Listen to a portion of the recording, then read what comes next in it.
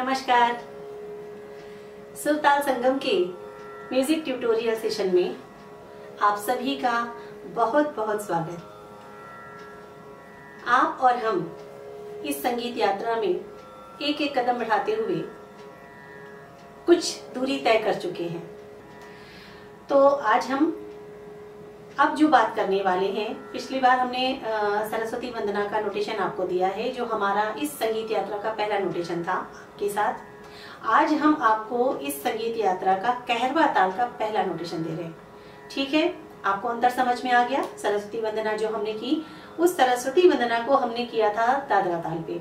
आज जो नोटेशन आपको मिलने वाला है वो किस ताल पे है? वो है कहरवा ताल पर। ये दोनों बिल्कुल बेसिक ताल हैं, इनको हमेशा आपको साथ में लेके चलना है। जब भी आप लाइट म्यूजिक गाते हैं उसमें इन दोनों तालों का यूज सबसे ज्यादा आप पाएंगे। तो इन दोनों तालों को पूरी तरीके से पक्का करके चलिए। आज जो आपको नोटेशन मिलने वाला है, और एक ऐसा नोटेशन जिसकी अक्सर आपको जरूरत पड़ती है या आपको ऐसा लगता है हमेशा कि मुझे ये बजाना और गाना आ जाए, क्योंकि ये बहुत ज्यादा आप इस्तेमाल कर सकते हैं। इसको तो रोज भी आप प्रयोग कर सकते हैं। इसकी जितनी अच्छी प्रैक्टिस आप कर लेंगे उतना आपके लिए ये फायदेमंद रहेगा। आप शायद समझ गए हैं, और मैं आपको बता भी देती हूँ कि आज आपको जो नोटेशन मिलेगा वो होगा आरती का नोटेशन। आरती जो हमारे यहाँ हम लोग घर घर में करते हैं, मंदिरों में होती है, घरों में होती है, और कहीं भी पूजा पाठ का काम होता है तो आरती वहां पर जरूर होती है। आरती आप वैसे भी गाते हैं, लेकिन जब आरती सुर और साज के साथ जब गाई जाती है तो उसकी सुंदरता और उसका एक जो भाव होता है तो वो बिल्कुल अलग ही होता है। आपकी भी इच्छा है कि मैं आपको आरती का नोटेशन बताऊं, कई लोगों ने मुझे कहा भी था। तो चलिए आज हम आरती का नोटेशन शुरू करते हैं। सबसे पहले आपको क्या करना है, डायरी का एकदम साफ पेज ले लीजिए जिसमें आपने कुछ भी नहीं लिखा हुआ, और उसमें आप सबसे पहले इस आरती का भी नोटेशन लिख लीजिए। जितने भी गीत हैं, जितनी भी चीजों को आप गा सकते हैं, उन सब चीजों का नोटेशन आपके पास जरूर होना चाहिए, क्योंकि ये नोटेशन आपको, जितना आप इनको रिवाइज करेंगे उतना आपको संगीत समझने के करीब ले जाएंगे। और मैंने आपको शुरू में भी बोला था कि कुछ समय के बाद ऐसा भी होगा कि आपके अंदर वो क्रिएशन जाग जाएगा कि आप खुद से नोटेशन बनाएंगे। यानी अभी तो जो कुछ भी मैं आपको बता के चल रही हूँ आप उनको फॉलो कर रहे हैं, कुछ समय के बाद करते करते आपको इतनी आदत हो जाएगी और इतना सेंस आपका म्यूजिक में डेवलप हो चुका होगा कि आप खुद से कोई भी चीज सुनेंगे और आपको आ जाएगा कि हम किस तरीके से इसका नोटेशन बनाएं। तो चलिए आरती का नोटेशन लिखते हैं। आज जो आरती हम आपको नोटेशन में दे रहे हैं वो कहरवा ताल पर चलेगी। कहरवा ताल में आपको पता है कि 2 विभाग और 4-4 मात्राओं के डिवीजन होते हैं। यानी कि अब आपको हेडिंग क्या बनानी है, सबसे पहले लिखिए आरती, इसके नीचे लिखिए स्वर लिपि, क्योंकि अभी हम आपको नोटेशन दे रहे हैं।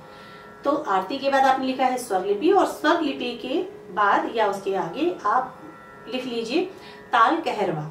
पिछली बार आपने ताल दादरा लिखा है, लिखिए ताल कहरवा, और ब्रैकेट में लिख लीजिए 8 मात्रा 2 विभाग। यानी कि 2 विभाग, पिछली बार जैसे हमने एक पेज के 2 विभाग किए थे वैसे इस बार भी हम करेंगे, लेकिन पिछली बार एक एक विभाग में हमने 3-3 मात्राओं को लिया था, 1 2 3 4 5 6। अब की बार आपको 8 मात्रा करनी है, तो 1 2 3 4 5 6 7 8, यानी कि 4 एक विभाग में और 4 एक विभाग में। ठीक है, ये आपको क्लियर हो गया होगा। और अब आप नीचे आइए, सबसे पहले लिखिए स्थाई। स्थाई लिखिए। आपने अपने जो पेज है उस पे आपने फिर से उसके 2 भाग कर दिए होंगे, या आप कर लीजिए, स्क्रीन पे देख लीजिए जिस तरीके से आपको दिखाई दे रहा है वैसे आपको अपने पेज के 2 भाग कर लेने हैं लाइन खींच के। उसके एक तरफ लिखिए, जो आपने बीच में लाइन खींची उसके एक तरफ लिखिए। सबसे पहले आपको क्या लिखना है, मात्राएं लिखनी है। लिखिए 1 2 3 4। सबकी दूरी बराबर रखिएगा, आपस में कोई 2 बहुत पास पास नहीं हो जाए और कोई दूर दूर नहीं हो जाए। ये लिखने का तरीका एक सिस्टम में लेकर शुरू से चलिए। 1 2 3 4 पहले विभाग में, और दूसरे विभाग में आइए 5 6 7 8, यानी 1 2 3 4 एंड 5 6 7 8। ये आपने लिख लिया। अब इसके नीचे आप जो तबले के जो बोल हैं उनको भी साथ में लिख लीजिए, जैसे पिछली बार आपने लिखे थे, दादरा ताल के लिखे थे, इस बार भी आप लिख लीजिए। इनकी डिटेलिंग मैं आपको अगले कुछ एपिसोड्स में जरूर बताऊंगी कि ये धा दीना धा तूना, या जो आज मैं लिखवाऊंगी तबले के बोल, इनको हम किस तरीके से किसी को समझाएं, किसी को बताएं। अभी आप लिखिए, 1 के नीचे लिखिए, जहाँ पे 1 लिखा है उसके नीचे लिखिए धा, धा यानी कि धा में बड़े आ की मात्रा लगेगी। इसके बाद आप लिखिए गे, धा के बाद लिखिए गे, फिर 3 के नीचे 3 के नीचे लिखिए ना, 4 के नीचे लिखिए ती।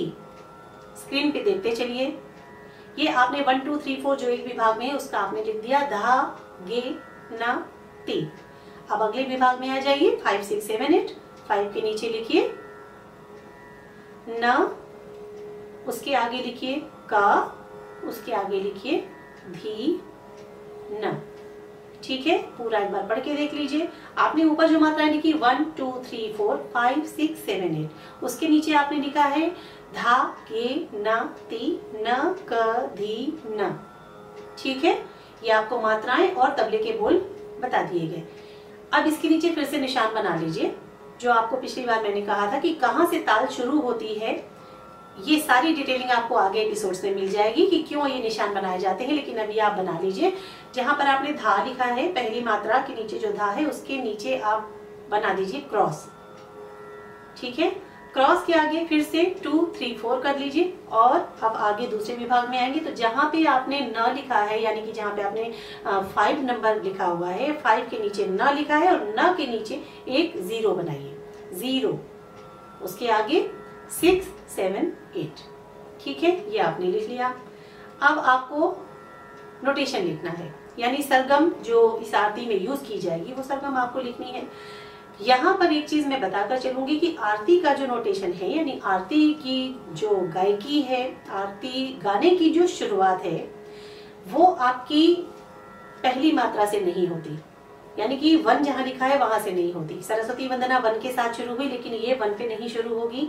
इसको शुरू करने की जो जगह है वो आपको मिलती है, पूरी लाइन पार करके जाइए जहां पर 7 लिखा हुआ है। 7 और 8, इसको ध्यान से देखिए। जहां 7 लिखा है, 7 के नीचे आप लिखिए सा। सा आपका मध्य सप्तक का जो सा है वो आप लिखिए। अब इसके बाद आपको नीचे वाली लाइन में आना है और उस जगह पर आना है जहां पर 1 लिखा हुआ है, जिसके ऊपर आपको 1 दिखाई दे रहा। अब एक बार इस नोटेशन को आप अच्छी तरीके से स्क्रीन पर देख लीजिए। ठीक है, स्क्रीन पर आपको जो नोटेशन दिखाई दे रहा है वही नोटेशन अभी मैं आपको हारमोनियम के साथ या आप कीबोर्ड के साथ, पियानो के साथ, जैसे भी आप गाना चाहते हैं उसको कैसे आप गाएंगे, बजाकर कैसे उस नोटेशन को गाएंगे, वो मैं आपको अभी बजाकर और गाकर दिखाती हूँ। आप स्क्रीन पर देख लीजिए। स्क्रीन से देख के अपनी डायरी में उसको एज इट इज नोट कर लीजिए और इसी नोटेशन को जो आप नोट कर रहे हैं उसको ही अब हम हारमोनियम पर और आरती के जो आरती के साथ एक जो कहरवा ताल का जो एक लूप हमको अच्छा लगा है वो हमने आपके लिए इसमें लिया हुआ है। क्योंकि आरती जब भी आप गाते हैं तो उसमें एक पर्टिकुलर आपको एक अलग सी ही बीट सुनाई देती है, यानी कि ताल जो है एक अलग सी ही सुनाई देती है, जो कि मैं ये कहूँ कि मुझे लगता है कि आरती के लिए वो पेटेंट हो चुकी है और मुझे वो बहुत पसंद है, इसलिए मैंने आज उस पर ही आपको आरती बताने के लिए सोचा है। इसका भी डाउनलोड लिंक जो होगा, यानी जिस लूप पर हम आरती का अभी आपको बताएंगे नोटेशन गाना और बजाना, उसका भी डाउनलोड लिंक मैं डिस्क्रिप्शन में दे दूंगी, तो आप उसको भी डाउनलोड कर लीजिएगा। आपको जब भी आरती गाने का मन करेगा आप उसके साथ भी गा सकते हैं, या अगर आप कोई आपके संग रिदमिस्ट हैं, यानी कोई ढोलक तबला बजाने वाले हैं, तो आप उनको भी वो सुना सकते हैं कि इस तरीके से मुझे आप इसमें बजाकर बताइएगा। ठीक है, तो इसको आप डाउनलोड करिएगा, लेकिन स्पीड आप अपने हिसाब से कम ज्यादा कर लीजिएगा। मैंने एक एवरेज स्पीड रखी है जो नए लोगों को भी थोड़ी सी प्रैक्टिस करने के बाद समझ में आ जाएगी और उसको वो फॉलो कर सकते हैं। और जो प्रोफेशनल लोग हैं जो गाते बजाते रहते हैं आरती, उनको भी अगर तबले के साथ प्रैक्टिस करनी है तो वो इसको डाउनलोड करके इसके साथ कर सकते हैं प्रैक्टिस। तो आप इसको अपने हिसाब से स्पीड मेंटेन कीजिएगा। और चलिए अब हम आपको बताएंगे आरती का नोटेशन किस तरीके से गाया और बजाया जाएगा। आरती का नोटेशन गाने बजाने के बाद में आरती के बोल, यानी जो सिंपल आप जानते हैं आरती सबसे ज्यादा जो हमारे यहाँ कॉमन आरती है वो ओम जय जगदीश हरे, ये आरती घर घर में गाई जाती है। तो इस आरती का जो बोल है वो इस नोटेशन के साथ कैसे सेट किए जाएंगे मैं ये भी आपको बताऊंगी।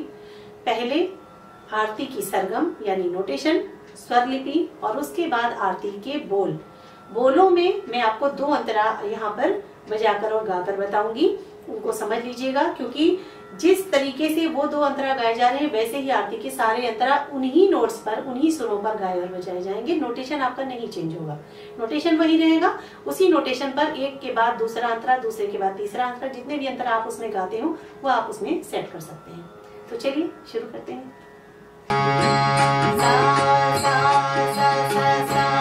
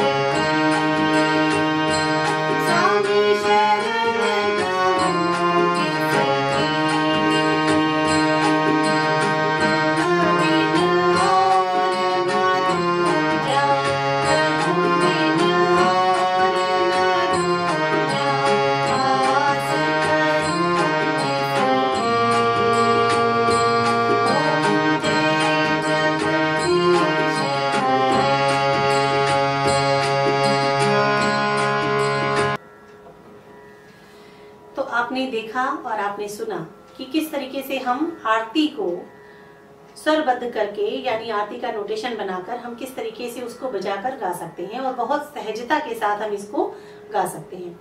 कुछ दिनों की प्रैक्टिस के बाद आप इतने मजबूत हो जाएंगे आरती बजाने और गाने में, आपको बहुत आनंद आएगा जब आप इसको नोटेशन को पूरा याद कर लेंगे और आपको देखना ना पड़े इतनी प्रैक्टिस आप स्वरलिपि की कीजिए कि आपको उसको देखना ना पड़े बार बार कि इसके बाद कौन सा सुर लगना है, ये आपको बिल्कुल बाय हार्ट याद हो जाए। इसको जब आप याद कर लेंगे तो उसके बाद बहुत सारी आरती ऐसी होती हैं जो इसी नोटेशन पर गाई जाती हैं। तो आज हमने अभी जो ये प्रैक्टिस की है, मुझे लगता है कि ये आपके लिए बहुत बहुत ज़्यादा फायदेमंद होने वाली है और मुझे इसके बाद आपके बहुत सारे कमेंट्स मिलेंगे और इसके बाद मुझे लगता है कि मुझे भी कुछ ऐसा सुनने को मिलेगा कि आपने किसी जगह पर आरती का नोटेशन बजाया भी और गाया भी तो लोगों ने आपकी बहुत तारीफ की। मेरी कामना भी यही है कि बहुत जल्दी आप एक बहुत अच्छे कलाकार के रूप में लोगों के सामने आए।